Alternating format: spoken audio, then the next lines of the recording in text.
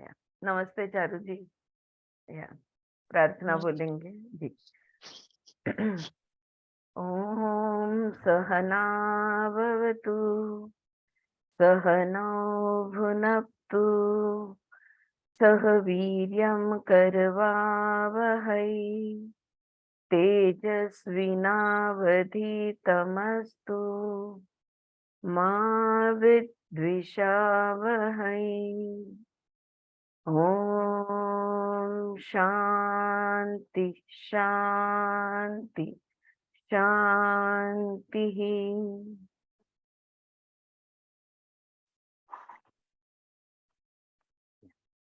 Alright, so we begin the last chapter and the last the mantra of Kena Upanishad by Vimla Thakar. Okay, so she is headed the chapter saying we are born of bliss.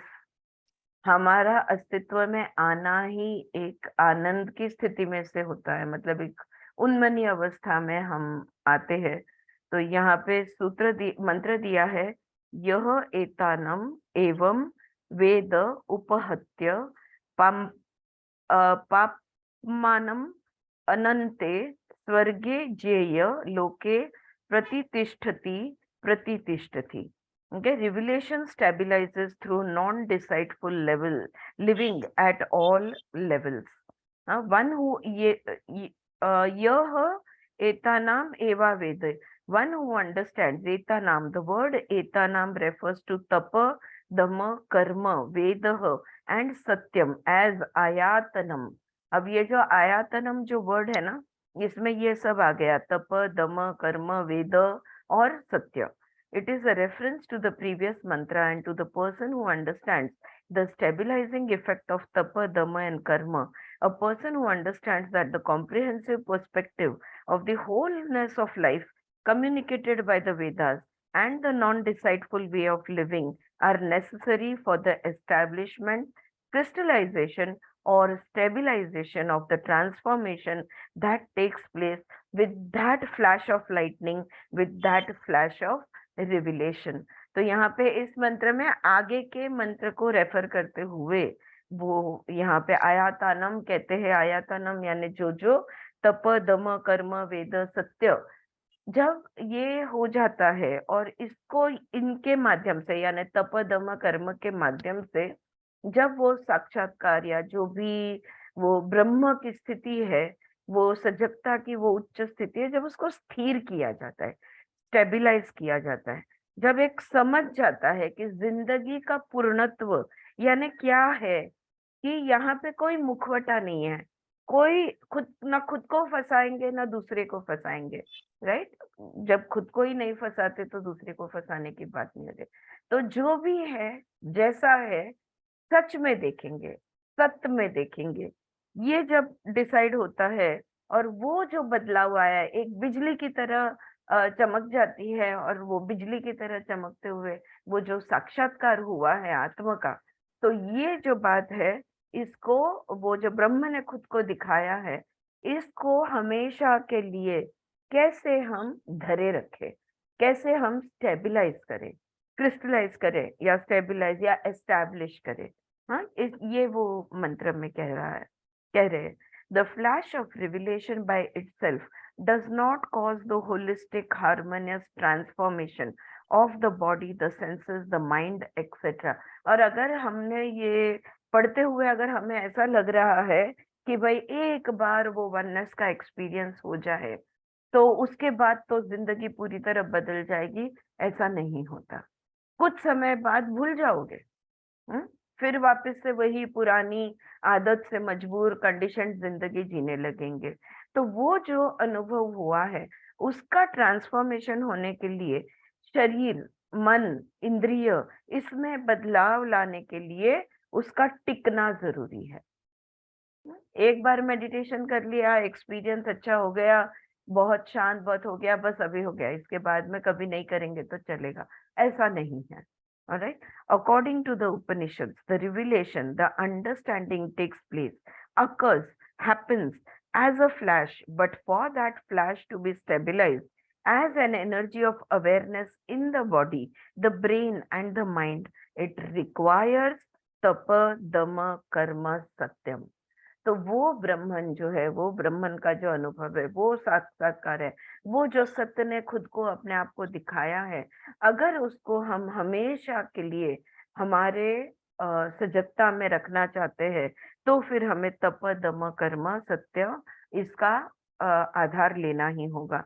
So this proclamation of the Upanishads may be something different from what you may have heard or read. Transformation is not only an event. हम कहते हैं ना परिवर्तन हो गया, बदलाव जो temporary होता है, परिवर्तन जो बहुत बड़े स्केल पे और परमानेंटली जो होता है उसको हम ट्रांसफॉर्मेशन बोलते हैं। तो वो जैसे कि एक बहुत, हम कहते हैं ना जिंदगी के उस मोड़ पे हम पहुंच गए, उसके बाद जिंदगी हमेशा के लिए बदल गई, you know when we make such statements और with such claims, right? So that transformation it is not only an event. Revelation is an event, but the transformation requires stabilized energy of awareness. तो वो जो साक्षात्कार हुआ वो एक घटना हो सकती है, लेकिन परिवर्तन ये घटना नहीं हो सकती। परिवर्तन को सजगता में, परिवर्तन तब होगा जब ऑल द टाइम सजग रहे। हाँ, जब हमेशा वो जो ऊर्जा है, वो जो बदलाव की ऊर्जा है, उसको अगर हम स्थिर कर दे, अगर हमारे में सजगता में हमेशा के लिए उसको स्थापित कर दे, तो फिर हम कह सकते हैं कि परिवर्तन हुआ या परिवर्तन होगा। If the awareness remains fluctuating, if that energy is not steady, it can get shaken or it can be weakened or it can be attached, then transformation does not happen. हाँ, तो आपके साथ एक घटना हो गई, हाँ, दुर्घटना नहीं कह सकते, तो घटना, right? So there is an event, a happening, occurrence which happened, but since you did not stay in its awareness constantly, it will go away. वो वीक हो जाएगा, वो हिल जाएगा और चला जाएगा। The dimensional transformation is much more than only that flash of lightning or the flash of revelation. अगर हम लोअर कॉन्शियसनेस से उठे हैं, हायर कॉन्शियसनेस से ब्रह्म कॉन्शियसनेस, हाँ, प्योर कॉन्शियसनेस तक अगर हम पहुंच गए हैं, तो फिर उसे टिकाना तो है ही ना, वरना क्या मतलब हुआ? What was the point in the whole thing? It has to stabilize, it has to get established. तो वो डायमेंशनल ट्रांसफॉर्मेशन कह पाएंगे। The flash provides the energy, but the whole of the being has to assimilate that energy and let it stabilise. देखो कितना सुंदर कह रही है कि एक साक्षात्कार हुआ और एक नई ऊर्जा आ गई, नई ऊर्जा तैयार हो गई, लेकिन वो ऊर्जा जो है ना, उसको शरीर में, मन में, इंद्रियों में स्थिर तो करनी होगी, है कि नहीं? अदरवाइज कैसे होगा? तो उसको स्टेबलाइज करना पड़ेगा। So you need adapters and you need stabilisers, not only for the energy of electricity, electronics. Your organism is much more sensitive than any electronic organism. सच बात है, कोई भी उपकरण आप ले लो, उससे तो हमारा शरीर कहीं अधिक मायने से संवेदनशील है। तो देखो, जहाँ पे इलेक्ट्रिसिटी बहुत ज्यादा फ्लक्चुएटिंग होती है, वहां पे स्टेबलाइजर हम लगाते हैं ना। आपको याद होगा, अभी आजकल फ्रिज बहुत बेटर आ गया, लेकिन पहले हमारे फ्रिज पे एक स्टेबलाइजर कनेक्टेड हुआ करता था। लाइट बहुत बार चली जाती थी, आती थी, या अभी इनबिल्ट ही आता है। इनबिल्ट आता है अभी शायद, या तो वो क्योंकि ये जो हमारा न्यूरोकेमिकल सिस्टम है, ये जो हमारा साइको फिजिकल सिस्टम है, ये सिस्टम बहुत ज्यादा फ्लक्चुएशन को संवेदनशील है, सेंसिटिव है, और इसलिए स्टेबिलाईजर अडेप्टर की जरूरत है। कौन है स्टेबिलाईजर? कौन से स्टेबिलाईजर की हम बात कर रहे हैं? कौन से अडेप्टर्स की हम बात कर रहे हैं? तप दम कर्म, इसकी बात कर रहे हैं। ये हमारे स्टेबिलाईजर्स बन जाते हैं। तो एक साक्षात्कार से ऊर्जा तो तैयार हो गई, लेकिन उस ऊर्जा को कण कण में, हमारे हर एक पहलू में स्थिर तो करना होगा, धरे तो रखना होगा, राईट? तो भांडच आधी गळतं असेल तर मग ते कसं टिकणार, राईट? निघून जाणार. या, it has magnetism, it has electricity, it has all sorts of energies. It is a dance of energies. Our lives are filled of filled of for the energies, innumerable energies to act and interact and generate the music of harmony. ये पहले भी हमने चर्चा की है कि हमारी पूरी जिंदगी जो है ना, हमारा जीना जो है, ये जीवन जो है, ये जीव जो है, ये जो है, ये सब ऊर्जाओं का जैसे कि एक नृत्य है। अलग अलग ऊर्जाएं एक दूसरे के साथ इंटरैक्ट करती रहती है। और अगर उसको उसको डांस ऑफ शिवा कहा गया था कि it's like the dance of Shiva because all the energies are interacting with each other. और एक जैसे कि एक म्यूजिक बन जाता है, एक पैटर्न, एक डिजाइन, एक बहुत सुंदर नृत्य जैसे कि खड़ा हो जाता है। तो या ये तेन एवं वेदा, one who has understood the importance of non-deceitful way of living, तो जो समझ चुका है कि फंसाकर जी नहीं सकते, हम्म? बहुत ही क्लियर रहना होगा, बहुत ही ओपन रहना होगा। नॉन डिसाइडफुल एट फिजिकल वर्बल, तो न झूठ पहनेंगे, न झूठ बोलेंगे, न झूठ सोचेंगे, न झूठ समझेंगे एट ऑल लेवल। ओके, कोई भी मतलब जैसे कल कल हमने काफी इस पे चर्चा की, तो मैं ये रिपीट नहीं करूंगी कि डिसीट यानी क्या होता है। हाँ, हम खुद को ही फंसाते हैं। जहां जहां तुम एक्सप्लेनेशन देते हो, जहां जहां पे रीजनिंग करने की जरूरत पड़ रही है, समझ लो कि आप कोई अंदर का डर है, अंदर का गुस्सा, कुछ तो भी है जिसको आप कवर करने की कोशिश कर रहे हो, एक मुखवटा पहनने की कोशिश कर रहे हो। तो बिना किसी रीजनिंग, बिना किसी एक्सप्लेनेशन, बिल्कुल just because you are doing because it needs to be done, इसके आगे कोई सोच नहीं जाता। ये जो है, ये physical level, mental level, psychological level और इंटेलेक्चुअल लेवल, हर लेवल पे होना जरूरी है। All levels. then then the comprehensiveness of perspective, then the withdrawal of the mind from sense objects after satisfying the needs, and the unity of brain, mind and senses, फिर तब जाके ना हम हर स्तर पे एक रूप हो जाएंगे। तब जाके हमारी जितनी जरूरत है वो पूर्ण होने के बाद हम तृप्त हो जाएंगे, हम और नहीं चाहेंगे। या एतानाम एवं वेदा, one who has understood the significance, the role of the stabiliser in the life of such a person, what happens. ऐसा व्यक्ति जो ये बात को समझ गया है कि तप दम कर्म सत्यम, इसके बगैर नहीं होगा, इसके बगैर वो ब्राह्मण स्थिर नहीं होगा। और जो जो बिल्कुल तय कर चुका है कि वो बिल्कुल किसी झूठ का सहारा लिए बगैर सत्य से अपनी जिंदगी जीने वाला है, ऐसे व्यक्ति के जीवन को क्या होगा? ना व्हाट विल हैपन, हाँ व्हाट हैपन्स? पापमान पापमानम अपहत्य. Now two important words. Papa. Papa is translated as sin.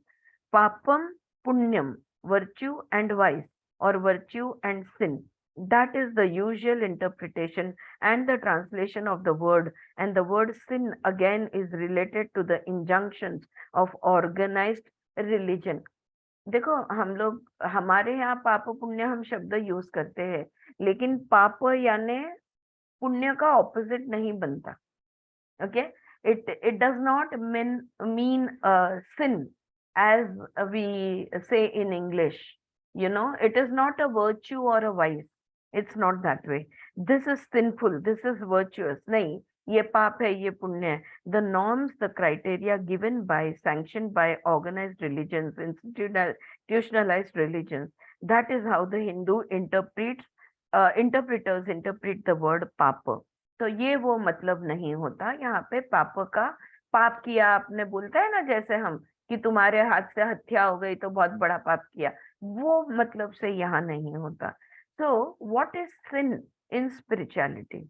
Now it seems to me, in the context of revelation and the whole teaching of Kena Upanishad, here the word papa unfolds a very fundamental factor for our life.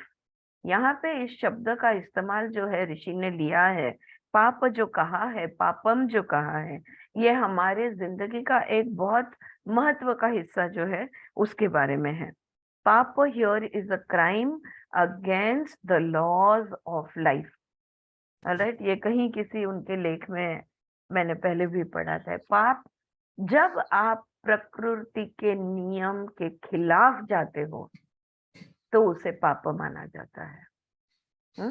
Do you get it? प्रकृति के नियम जो भी है, प्रकृति के नियम के बाहर जिंदगी अगर बनती है तो फिर हम जो भी कुछ करते हैं वो पाप माना गया है।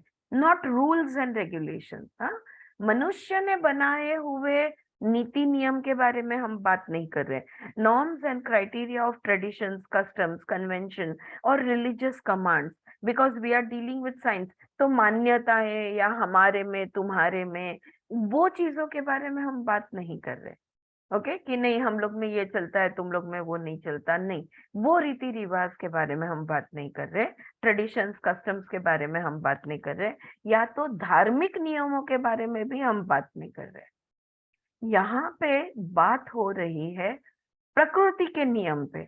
और आई थिंक ये जब हमने किसी लास्ट किताब में प्रकृति के नियम के बारे में बात की थी, तभी मैंने प्रकृति के नियम का लेख लिखकर भेजा था अपने ग्रुप पर। लॉज ऑफ नेचर करके मैंने, अगर आपने सेव किया होगा ढूंढोगे तो मिलेगा, कि laws of nature, the first law of nature, second law of nature, third law of nature. चाहो तो दोबारा रिपोस्ट कर दूंगी। Alright, so there are laws of nature. If we go against the law of nature, then it is called as papa. Both of them have a role to play, but one should not be confused with the other. So here sin is a crime against life. हाँ, जब तुम खुद जीव हो तो तुम दूसरा जीव नहीं ले सकते, ये एक नियम है, ये प्रकृति का नियम है। राइट, दिस कैन बी और बट एक्चुअली देखा जाए तो that is also not the law of nature, because बड़ा प्राणी छोटे प्राणी को खाता है। Right, but let me give you another example, like so we have to live by the law of nature in the sense, even simple breathing, it is the law of nature that you will breathe in and you will breathe out. You will take in oxygen and you will throw out carbon dioxide, as against the plants will take in carbon dioxide and throw out oxygen. Yeah, this is the law of nature. So pollution is going against the law of nature. Yeah, the just one example, I'll give you a few more. So this is what, and ये तो मनुष्य नियम है कि भाई दूसरे प्राणी को नहीं खाना, लेकिन देखो हर प्राणी अपने स्वभाव के हिसाब से खाता है, इच्छा के हिसाब से नहीं। फॉर एग्जाम्पल देख लो, अभी हाथी है, इतना बड़ा प्राणी है, प्योर वेजिटेरियन है, पत्ते खाता है, वो भूल के भी बकरी नहीं खाएगा। शेर है जो भूल के भी पत्ते नहीं खाएगा, वो बकरी को ही खाएगा। You getting my point? या ध्यान में आ रहा है मैं जो बोल रही हूँ? तो ये है बात की वो प्रकृति के हिसाब से वो जी रहे। हम एक ही ऐसे है जो कुछ भी और कभी भी और किसको भी खाते हैं, right, and without indiscriminate use is what we do of the whole earth. हवा इनडिस्क्रिमिनेटली यूज करते हैं, पानी इनडिस्क्रिमिनेटली यूज करते हैं, पृथ्वी इनडिस्क्रिमिनेटली यूज करते हैं। हम हर एक चीज को यूज नहीं कहूंगे, मिस यूज करना कहना पड़ेगा यहाँ पे। या तो मिस यूज करते हैं हम हर चीज का। तो so that you get an idea. So laws of nature, अगर तुम वो नियम के खिलाफ जाते हो, तो प्रकृति के नियम के खिलाफ, तो फिर तुमने पाप किया, ऐसा कहा जाएगा। Now what is a crime against life? Okay, so she is explaining over here. तो जिंदगी के खिलाफ अगर पाप कुछ करना कहते हैं हम कि पाप किया जिंदगी के खिलाफ, तो क्या है? What is crime against life? We are organically expressions of the biological dimension of life, and there are biological laws. निसर्गाचे नियम म्हणतो आपण याला. If those are violated, then it is a sin. Then it creates a chaos or anarchy in the biological structure.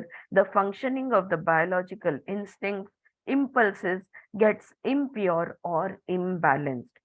If you violate the law in relation to the diet, to sleep, अब देखो, अब personal level पे आते हैं, तो आहार के कुछ नियम है, नींद के कुछ नियम है, जो भी हमारी बायोलॉजिकल नीड्स है ना, थर्स्ट, हंगर, स्लीप, सेक्स वगैरह वगैरह। तो ये जो सारे नियम है, if you violate the law in relation to diet, to sleep, to appetite, to thirst, to exercising the body, to sex, you know everything, and you violate the laws of life either due to the cult of indulgence for pleasure mongering, or you violate the laws of life due to your codes of suppression, repression, denial, rejection. Both ways the laws of life can be violated. Violating the law of life is a sin. It is a crime against life. दो चीजें हम करते हैं, मनुष्य प्रजाति जो है, मनुष्य जो है, ये दो चीजें से नियम का उल्लंघन करती है, मतलब प्रकृति के नियम को तोड़ती है। एक तो अति करके, which is hyper, over eating, over sleeping, over everything is done over, just to satisfy that wave of pleasure. They will keep on repeating those same things that give them pleasure. तो ये एक हो गया। और कुछ लोग हैं जो जबरदस्ती दबाते हैं सारी जो अर्जेस है, जो बायोलॉजिकल नीड है, इस बायोलॉजिकल नीड को सप्रेस करते हैं, रिप्रेस करते हैं, उसको दबा देते हैं। जबरदस्ती खुद पे किया गया ये एक अत्याचार है। We are not going to live life in denial. The Upanishads are not asking us to do that. And the Upanishads are also telling us not to overindulge. एक शब्द है इसके लिए, वो है संयम। तो जिंदगी जो है ये संयम में जीनी चाहिए। जितना जरूरी है ले लो। मुझे 2 जरूरी है, आपको 4 जरूरी है, नो प्रॉब्लम। आपकी जरूरियत 4 है तो आप 4 ले लो, मेरी 2 है तो मैं 2 लूंगी, जिसकी 1 है वो 1 लेगा। लेकिन जब मेरी 2 है तब मैं 4 लूंगी, 4 वाला 8 लेगा। ये नियम, या तो मेरी जरूरत 2 है फिर भी मैं 1 ही, मेरे शरीर की काम करने की एक क्षमता है, ऑल ऑफ अस, है ना, capacity to work, capacity of movement, capacity of exercise, but we will not do it, that is suppression. ये मानसिक जड़त्व के वजह से, आलस्य के वजह से पतंजलि ने दिए हुए सारे अंतराय यहाँ आएंगे। वो अंतराय के वजह से जो करना है वो नहीं करेंगे, जो नहीं करना है वो करेंगे, तो इसको हम जिंदगी के खिलाफ पाप किया ऐसा कहेंगे। Is it very clear the concept of पापम, व्हाट इट मीन्स?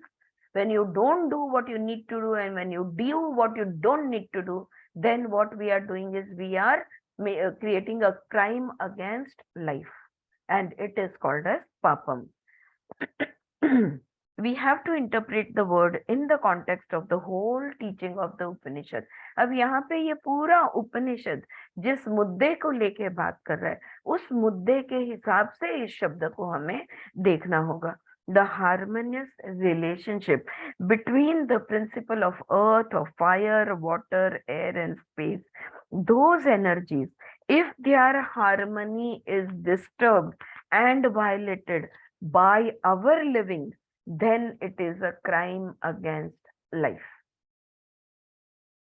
ये जो तत्व है, पृथ्वी, जल, अग्नि, वायु, आकाश, ये 5 तत्व बाहर भी है, ये 5 तत्व हमारे अंदर भी है। मेरे अंदर 70% वाटर, इसको मैंने बिगाड़ दिया, उसको 90 बना दिया या 60-50 पे डाल दिया। क्या किया मैंने? पाप। कोई भी तत्व का बैलेंस को बिगाड़ना यानी पाप है, चाहे वो बाहर हो, चाहे वो शरीर के अंदर हो। Is it clear? If we perceive the present, what you call the present moment, the now, the here, if the present is perceived through the glasses of the past, the preferences and the prejudices, the likes and the dislikes of the past, or the dogmas and theories of the ancestors or traditions, then you cannot meet the present, the challenges of the present. अभी जो हो रहा है ना, मुद्दे पे बहुत कम लोग रहते हैं। मैं देखती हूँ ना, जितनी सजगता आती जाती है, ऑब्जर्व और होता है। बात इस चीज की हो रही है, बात उसकी नहीं हो रही है। आप मुद्दे की बात करो, वो मुद्दा छोड़ के व्यक्तिमत्व पे चले जाएंगे. They will go into complain and criticism about the personalities. No, what is your problem? Is the personality your problem, or what that personality has done to you, that your problem? Yeah. So what we do is, we beat around the bush a lot. We never stick to the point. तो जब हम present में नहीं रहते, या तो हमारा past experiences है, या हमारी जो मान्यताएं है, या हम तो ऐसे ही है, या तो हमारे में तो ये चलता ही नहीं, या हमारे में ये कंपल्सरी है. Anybody who throws that statement should be thrown out. I'm sorry to say that. हिंसा कर रही हूँ यहाँ पे मैं. What I mean to say is that rigidity has no place in the present. If you are in the past, or if you are imagining and worrying about the future, then you cannot meet the challenge of the present. अगर तुम past और future में से हट जाओ ना, और कितना भी बड़ा प्रॉब्लम तुम्हारे सामने हो, बड़ी आसानी से सॉल्यूशन मिल जाएगा अगर तुम प्रेजेंट में आओ तो. लेकिन वो जो 20 साल पहले चश्मा चढ़ाया था वो उतार ही नहीं रहे हैं. हाँ, या तो पास्ट अनुभव में जो भी कुछ बुरा हुआ था उसको याद कर करके कह रहे कि फ्यूचर में भी होगा. Then you cannot meet the challenges of the present. Every dawn brings to your doorstep new challenges. That is the beauty.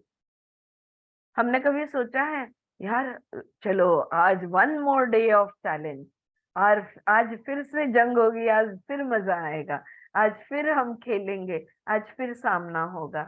कितना सुंदर है और कितने मजे की बात है. ऐसे कौन उठता है? हम उठते हैं ऐसे. We don't wake up like this. Oh wow, one more day of challenge.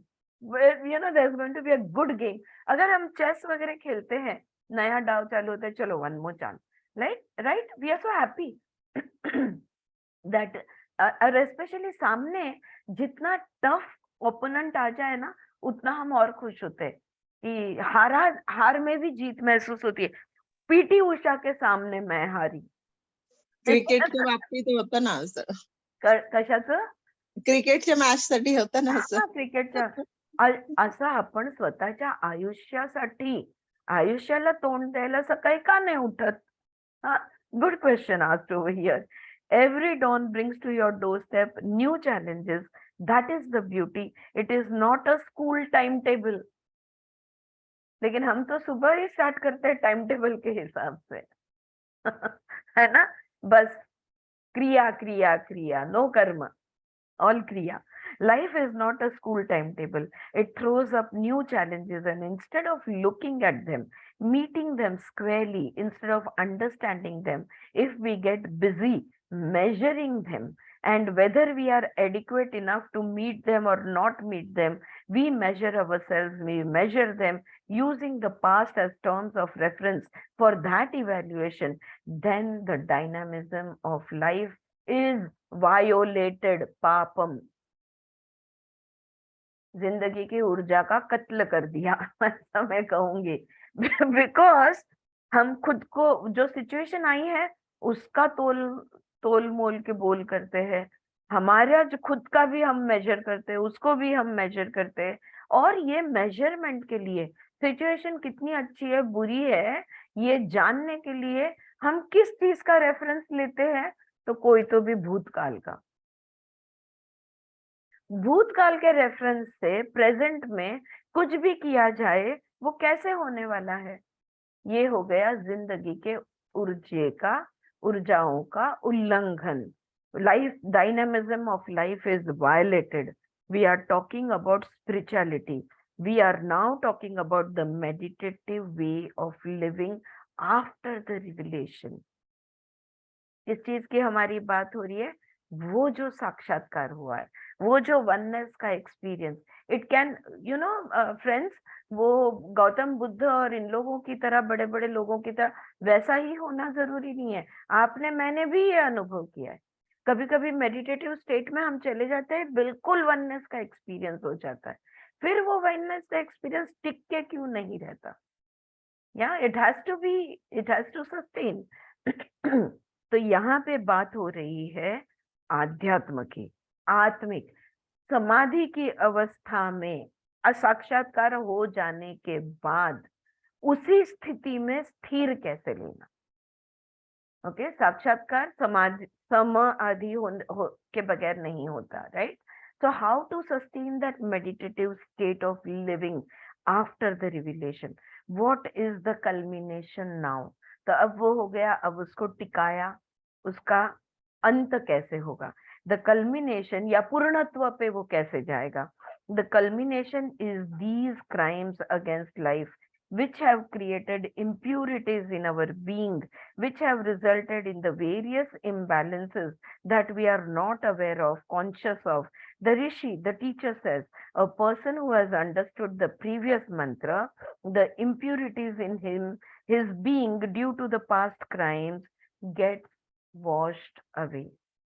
ऐसा व्यक्ति जो तप दम कर्म सत्य के माध्यम से या तप दम कर्म के माध्यम से सत्य पे टिका रहता है, उसकी सारी अशुद्धियां नष्ट हो जाती है। उसका शरीर, मन, उसकी भावनाएं, उसकी बुद्धि, ये सब शुद्ध हो जाती है। यानी देर इज नो कर्म संस्कार remaining any more. It's not just कर्म संस्कार, but now that person starts operating very transparently. झूठ का सहारा पूरी तरह छोड़ देता है। The impurities get washed away. All his 5 koshas, all the 5 layers of beings are purified. So ya yetenam evam veda, one who has understood this and allowed the revelation to become a stabilized energy of awareness from his being, the results of previous crimes, papam, those impurities get washed out of the system and the imbalances get corrected. तो वो जो पहले जो भी हमारे से गलतियां हुई थी, जिसके वजह से अशुद्धि इकट्ठा हुई थी, वो हमारे सिस्टम से वो सारी अशुद्धि निकल जाती है और जो भी इम्बैलेंस था उसका भी करेक्शन हो जाता है। हर एक चीज जो हमारे अंदर है ये बैलेंस में आ जाती है। पाप मनम अपहत्य, from the information, for the information of yoga teachers, is it apahat, एक मिनट, just let me, ये इंग्लिश के जो वर्ड्स लिखे होते हैं ना उसमें करेक्ट ये नहीं होता है, अपहत्य, अपहत्य, because we use a and all ना। anyways, for the information of yoga teachers, apahatya, the word apahatya has been interpreted as destroyed. तो यहाँ पे अपहत्य यानी नाश होना, हाँ, लेकिन नाश होना ऐसा कहा गया है, but it seems to me, we are students of science, this is physics of consciousness that we are studying, that things can get corrected, not destroyed. Science के स्टूडेंट्स है ना हम, तो nothing is created, nothing is destroyed, everything, energy can only be transformed, है ना, it can keep get transform. तो यहाँ पे हम कहेंगे कि जो भी रॉन्ग था उसको राइट किया जाता है या करेक्शंस उसमें किए जाते हैं, so that things can get corrected, not destroyed. Impurities, I love this when she says we are, this is physics of consciousness. है ना, beautiful है ना।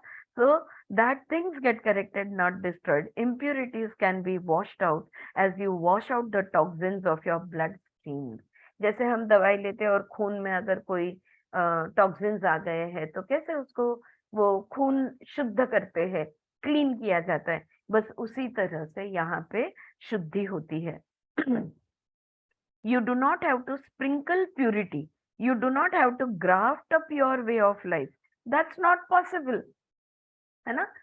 अशुद्धि को निकाल दो तो ऑटोमेटिक शुद्धि है, शुद्धि लाना नहीं है या शुद्धि को डालना नहीं है, that's not what it means over here.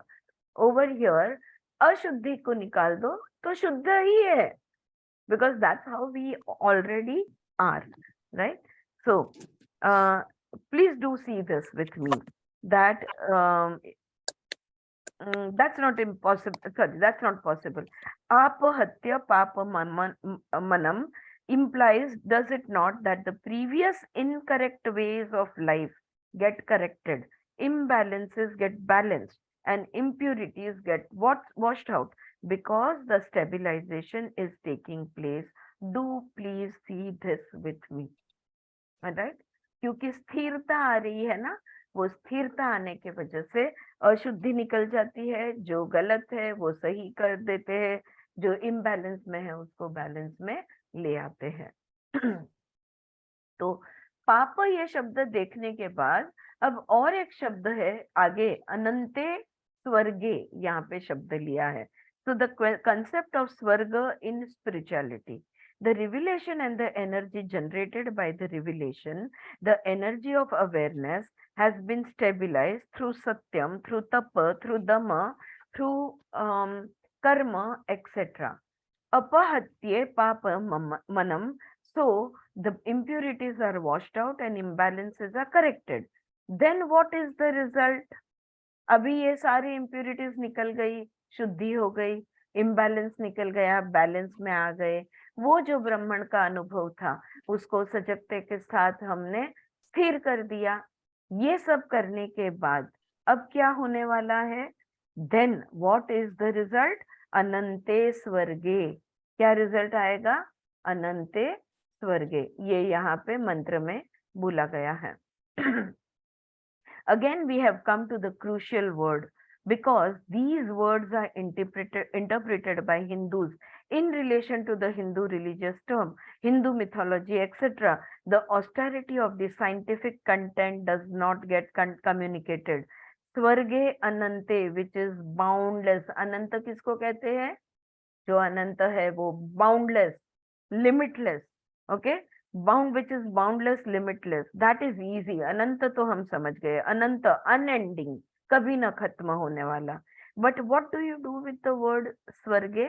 अनंत तो हम समझ गए, चलो अनंत है जो, लेकिन स्वर्गे का क्या समझे हम? स्वर्गे in practically all the commentaries they will say heaven और पैराडाइज। स्वर्ग यानी हेवन, पैराडाइज। हाँ, ये स्वर्ग जो हम वो मानते हैं, वो नरक स्वर्ग का जो स्वर्ग है वो स्वर्ग सोचा जाएगा, लेकिन no, this idea of heaven and hell may be common to practically all the organized religions. It is playing upon the psychology of reward and punishment. ये जो स्वर्ग और नरक की आइडिया जो सारे धर्मों में, ज्यादातर सब धर्मों में ये दी गई है, ये है ना, ये कर्म के सिद्धांत के खिलाफ है। ओके, कर्म का सिद्धांत है कॉज एंड इफेक्ट।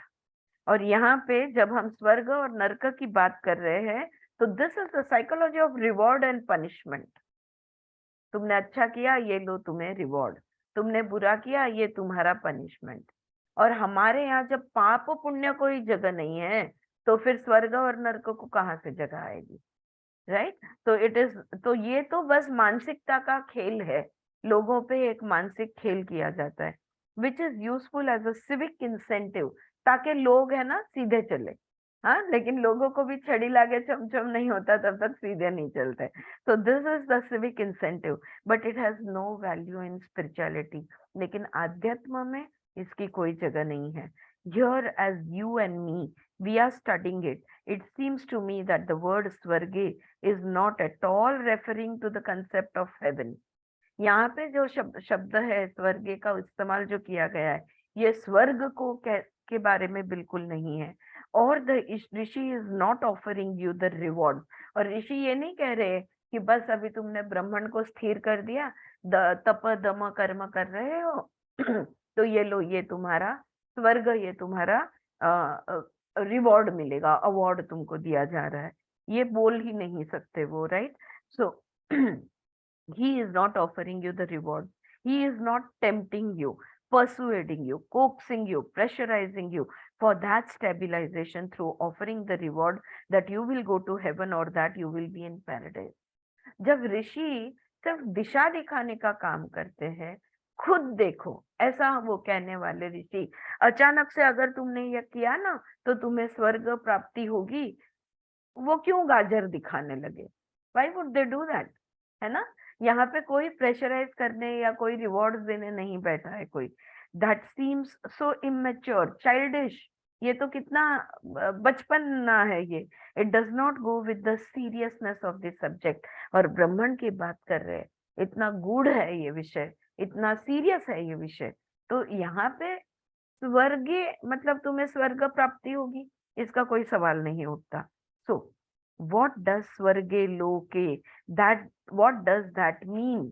यहाँ पे अनंते स्वर्गे लोके, ये हाँ ये दिया है शब्द अनंते स्वर्गे लोके, ये लोके प्रतितिष्ठति प्रतितिष्ठति, ये वर्ड बोला गया है। तो उसका क्या मतलब हुआ? देखो वो कहती है यू रिसाइट गायत्री मंत्र आप बोलते हो ना, but the mantra that we recite is an abbreviation of the original Gayatri. The original Gayatri mantra is much longer than what we recite here in the morning or is generally recited. हाँ, गायत्री मंत्र तो बहुत लंबा है, हम उसका संक्षिप्त सिर्फ बोलते हैं। इवन अपना पतंजलि की जो प्रार्थना है ये भी बहुत लंबी है। हम बहुत शॉर्ट में इसको बोलते हैं। या the prayer is a very long one. So the original Gayatri mantra is much longer than what we recite here in morning or is generally recited. Bhu bhuva swaha maha tapa jana satyam etc. The Gayatri mantra refers to the 7 lokas or dimensions of life. You have bhu loka, the earth, which is the energy of gravity etc etc. Then you have bhuvaha, the loka, the dimension of water. That then you have the dimension of fire, you have the dimension of air etc. Saptaloka, the 7 dimensions are described. हमारे गायत्री मंत्र में जो original मंत्र है उसमें ये 7 लोक के बारे में बताया है, सप्तलोक के बारे में बताया है।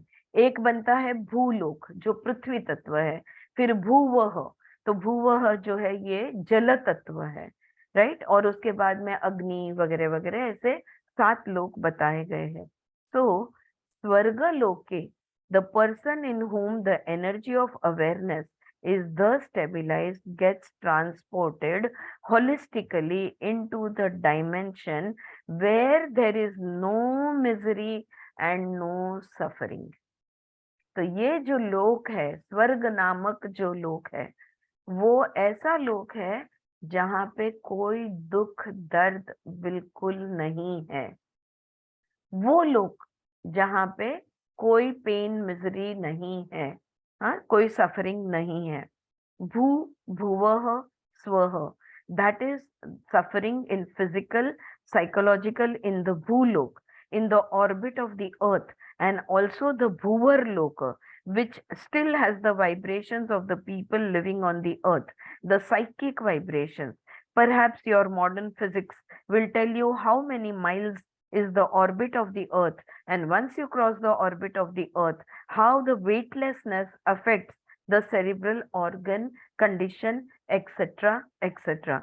Those who travel in space, if you read their experiences and what happens to them, it is a very fascinating story.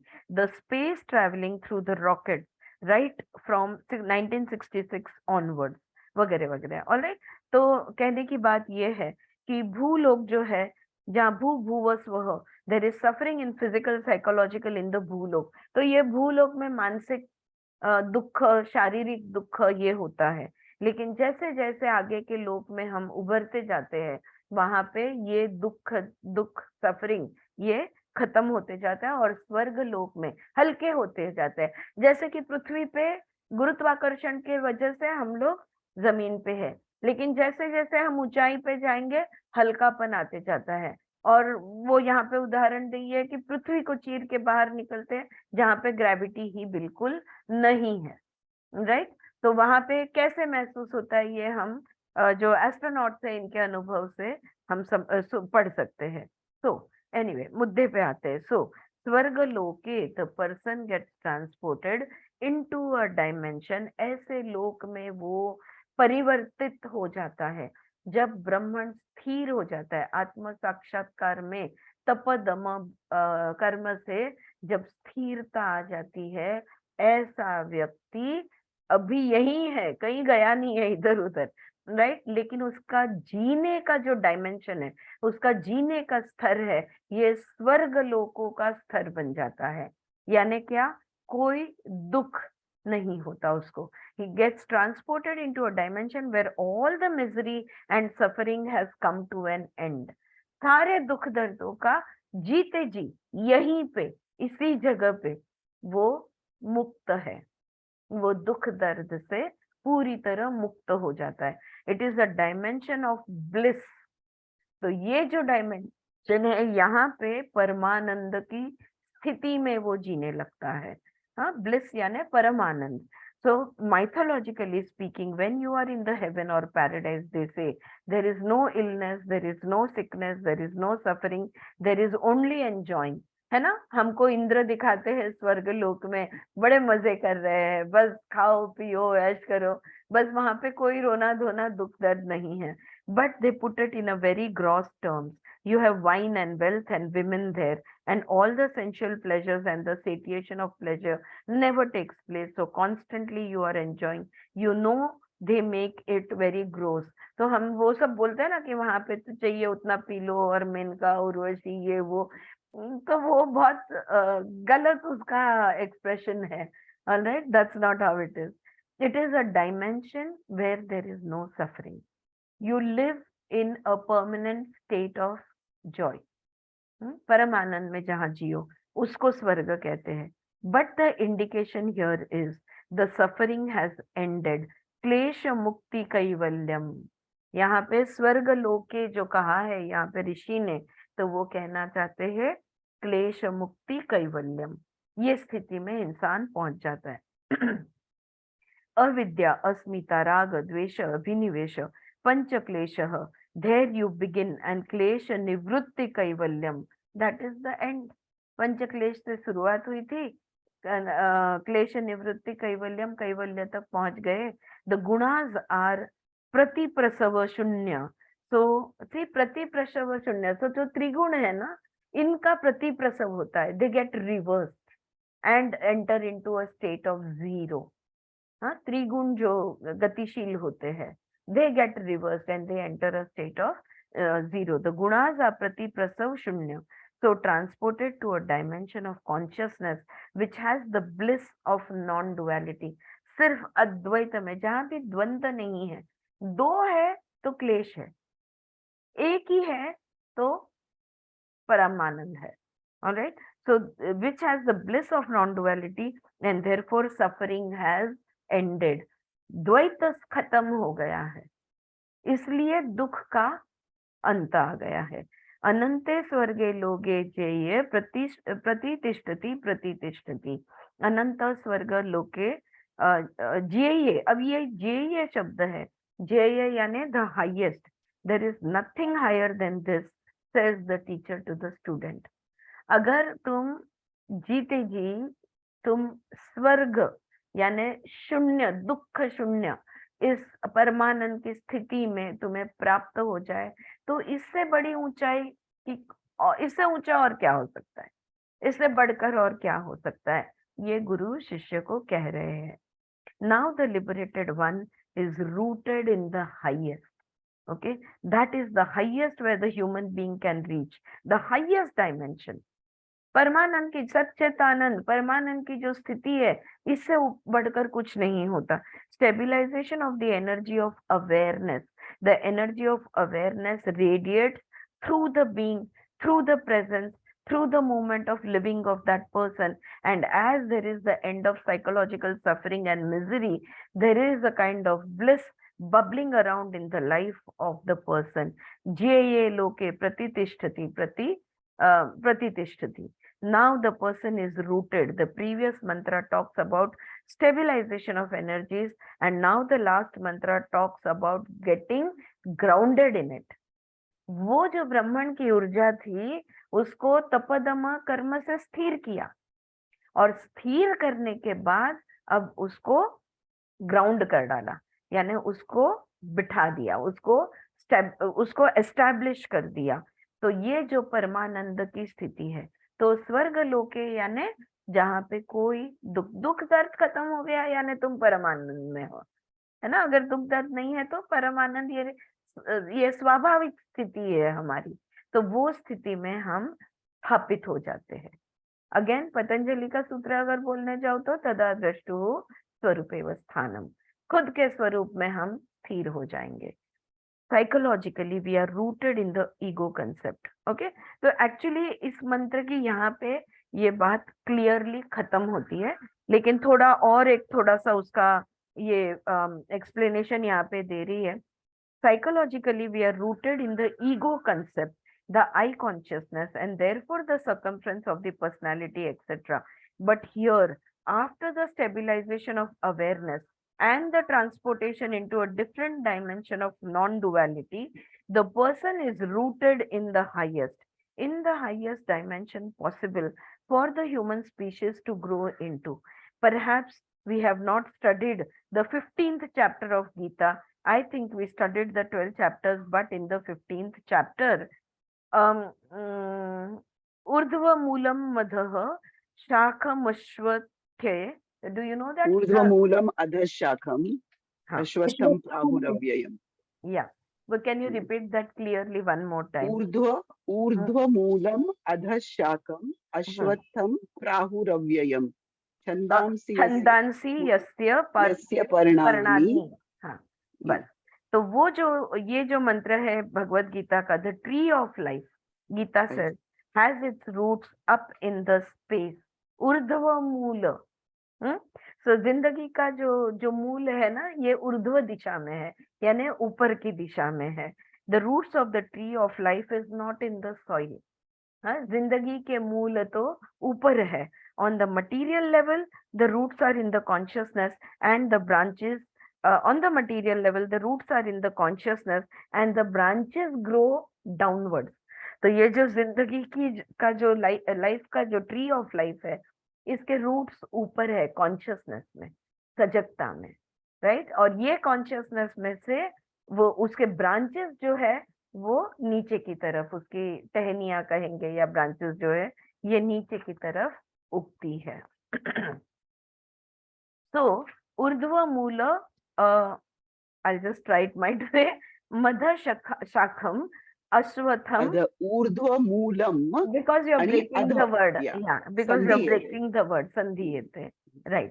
So anyway, avyayam, which never decreases, which never gets destroyed, और ये कभी भी नाश नहीं होने वाली है। So I am just giving you the reference of the 15th chapter of Gita, because Gita is the result of all these Upanishads. ये सारे उपनिषद का सार भगवत गीता है। सर्वो उपनिषदो गवो दुग्ध गोपाल नंदनः सर्वोपनिषदो गावो दुग्धा गोपाल नंदनः पार्थो वत्स सुधीर भोक्ता दुग्धम गीतामृतम महत्. महत्. This is from the Gita Dhyanam.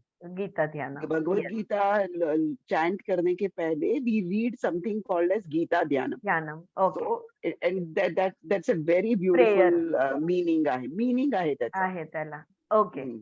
All right. So yes. So Upanishads are the cows.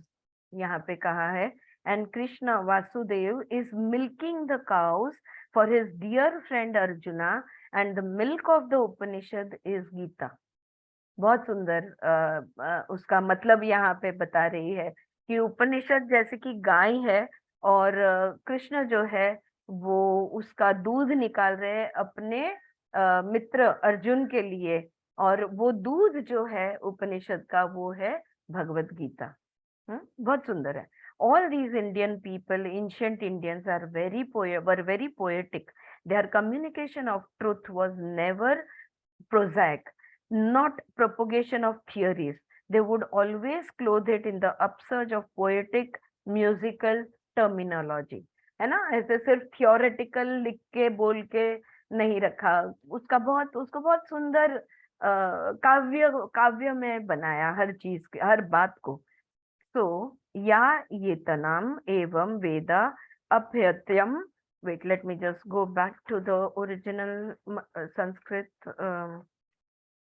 description of it. Okay.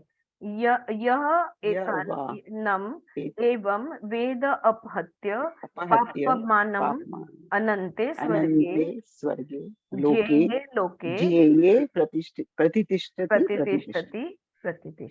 Yes. Twice, 2 बार बोला है प्रतितिष्ठति, प्रतितिष्ठति, ये twice the teacher is saying it is so. The person who gets rooted in the highest dimension of bliss, जो परमानंद की स्थिति तक पहुंच जाता है, तो वो वहां पे स्थिर हो जाता है, वो प्रतिष्ठित हो जाता है, वो एस्टैब्लिश हो जाता है. The person who gets rooted in the highest dimension of bliss, my friends, we had seen perhaps while we were studying Chandogya, Anandat Khalu Imani Bhutani Jayante. The cosmogenesis, according to the Vedic text, is life emerges out of bliss. Zindagi, yeah, I remember this when we had discussed, when we had read the Chandogya, of Vimla Thakar's Chandogya, where she explains, that life emerges only out of bliss. अगर तुम स्थिर शांत आनंद की स्थिति में हो, अगर तुम सच्चित आनंद की स्थिति में हो, तो ही जिंदगी का अनुभव हो सकता है, वरना जिंदगी जिंदा तो है हम, लेकिन जी नहीं रहे. हाँ, ये बात उन्होंने समझाई थी. We are not born of sin. हमारा अस्तित्व में आना ये किसी पाप का परिणाम नहीं है. हाँ, हरेक जीवात्मा का अस्तित्व में आना ये बहुत बहुत अद्भुत है. ये कोई गलती से नहीं हुआ है. We are born of bliss. आनंद से ही हमारा जन्म होता है. हाँ, परमानंद से ही हमारा जन्म है. सेज द वेदास, आनंदात एव खुल इमानी भूतानी जयन्ते. आनंदात एव जयन्ते, जीयन्ते. The sustaining power, the sustaining energy in life is that bliss. अगर हम जिंदा है तो हम लोग को बहुत लगता है कि there is so much of pain in life and there is so much of suffering in life. Then how come we are still alive? We should be dead long time back. All right, if there is so much pain and suffering, because that kills us, right? Why are that? Even if there is, like, say your life is made up of maybe 1 or 10% joy, everything else is suffering, that 10% keeps you alive. ये ताकत है उस आनंद की, वो परम जो हमारा स्वभाव है, जो हमारा ओरिजिनल स्टेट ऑफ बीइंग है. The joyful state of being is how we are, and that keeps us alive, right? The sustaining power, the sustaining energy in life is that bliss, and all merge back into that ocean of bliss, which is Brahman, which is divinity, and so on. उसी में से हम उस सुख के सागर से हम आए हैं और उसी सुख के सागर में हम समा जाएंगे, वो आनंद के सागर में हम समा जाएंगे. वही देवत्व है, वही ब्रह्मण है. Okay, it is very interesting that in the last mantra, the crucial phrase of apahatye papamanam, this correction of the incorrect thing, the washing out of the impurities, has been mentioned by the teacher, and thus ends the Keno Upanishadam. All right, तो यहाँ पे गुरु आखिरी बात जो कहते हैं कि भाई जो भी गलत हुआ है वो सही किया जाता है, जो भी अशुद्ध है वो शुद्ध हो जाता है, जो भी इम्बैलेंस में है वो बैलेंस में आ जाता है. और यहाँ पे केन उपनिषद समाप्त होता है. ओके, केने शितम पतित प्रेषितम मनः केने प्राणः प्रथमः प्रयते युक्तः. That was the first mantra, and this is the last mantra, which means getting rooted in the highest of the dimension. तो जो सबसे उच्च अवस्था है उस अवस्था में स्थापित हो जाना. If you turn to the latest inventions of physics, they will tell you that life emerges out of the emptiness of space. There was condensed space, they say, condensed emptiness, and millions of universes emerged out of that emptiness, not with a bang. So when the teacher, the rishi here, in the higher most space, in the highest bliss, the person's consciousness gets rooted, it indicates, it implies that the individuated consciousness has lost the illusion of separateness, and the unity with its own source becomes a fact and not an idea. तो वो जो अद्वैत की idea है, जो idea है सिर्फ अद्वैत, हाँ, जहाँ पे द्वैत नहीं है। जी तो हम पूरी तरह द्वैत जिंदगी जी रहे हैं, लेकिन अद्वैत हमारे लिए एक आइडिया है। जो व्यक्ति परमानंद में स्थापित हो जाता है, स्थिर हो जाता है, इस व्यक्ति के लिए द्वैत समाप्त हो जाता है, और उसके लिए अद्वैत ये सच्चाई बन जाती है। सिर्फ एक आइडिया, सिर्फ एक थियरी, किसी ने कही सुनी बातें या कोई शब्द प्रमाण, ऐसा नहीं रहता। It becomes a reality for him, that becomes a fact for him. But I have worked hard and I have made you work hard this morning and this afternoon, so I will not prolong. This is the third Upanishad that we have studied together, and you have seen how I study with you. I do not sit here as an authority. ये तीसरा उपनिषद है, और हमारे लिए भी विमला जी का, हमने भी उनके साथ ये तीसरा उपनिषद हम समाप्त कर रहे हैं।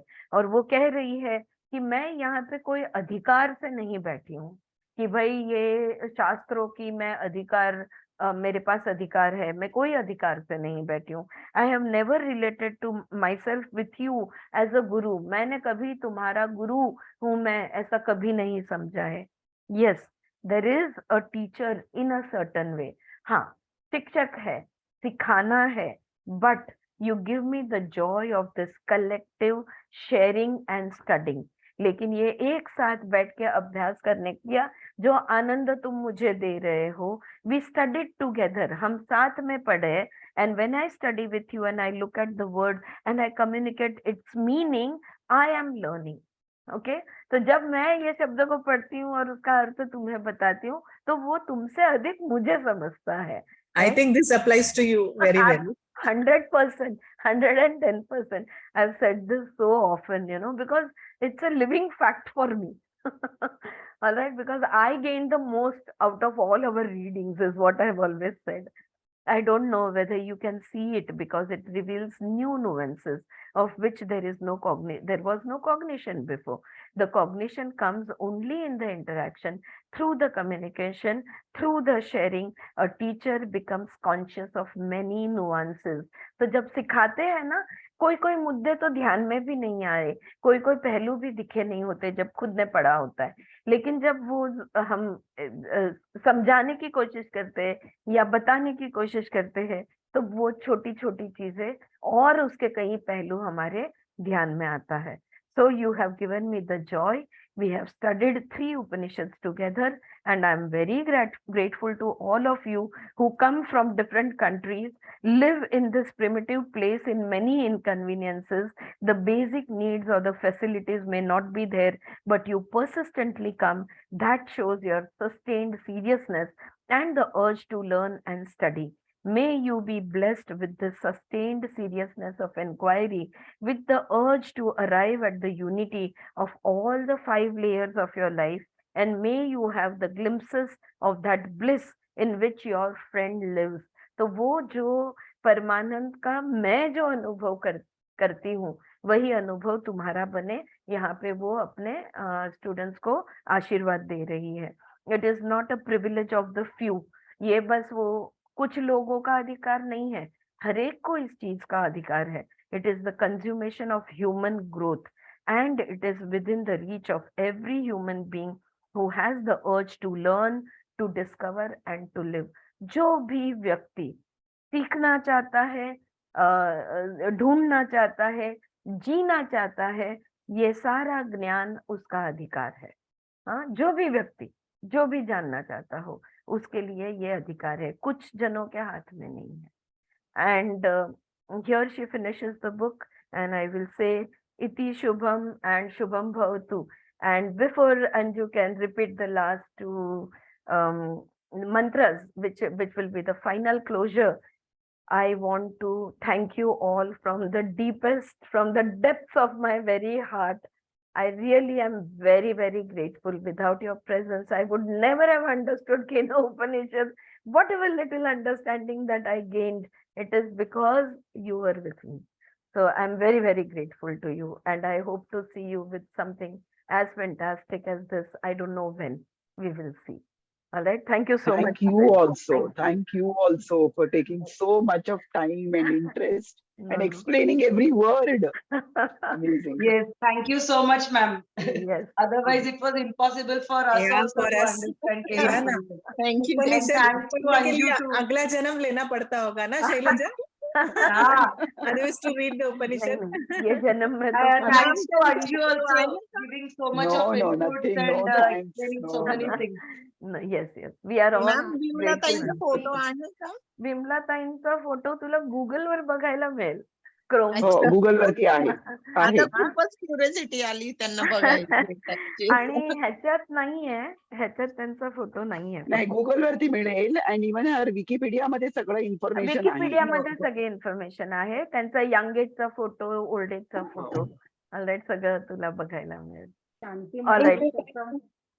शांती Sorry. म्हणाली तसं झालं तर मग आपला एकत्र यायचा एक जन्म कमी झाला. Yes, he's looking at the downside of it. No, no, no, no. Let's look up.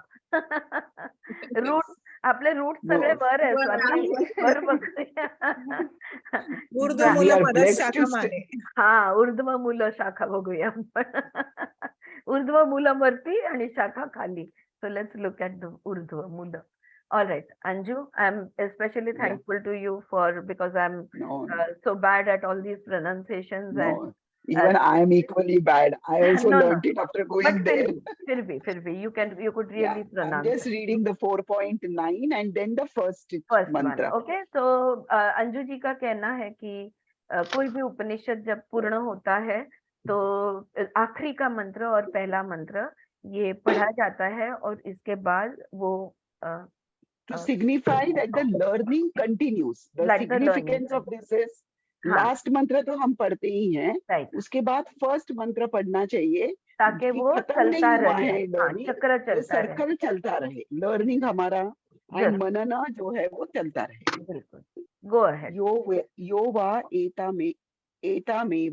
एतामेवं वेद अपत्य पाप्मानम् अनन्ते स्वर्गे लोके ज्येये प्रतितिष्ठति. And the first mantra says Om Keneshitam Patati Preshitam Manaha Kena Pranaha Prathama Paiti Yuktaha Keneshitam Vacha Mimam Vadanti Chakshu Shotra Kau Devo Yunakti. Om Shanti Shanti Om Shanti Shanti Shanti Shanti. Shanti. As today the Kenopanishad has come to an end, let us chant Purnamada. Yeah. You know Yes. what is you know Purnamada, na? Yes, yes, of course. All Yeah. of us. All right. Om Purnamada Purnamidam Purnat Purnamudachyate Purnasya Purnamadaya Purnamevavashishyate. Om Shanti Shanti Shanti. Hari Om Shri Gurubhyo Namaha. Hari Om. All right. Thank you. Thank friends. you, Anjana. We'll stop over Thank you, here. thank you. All right.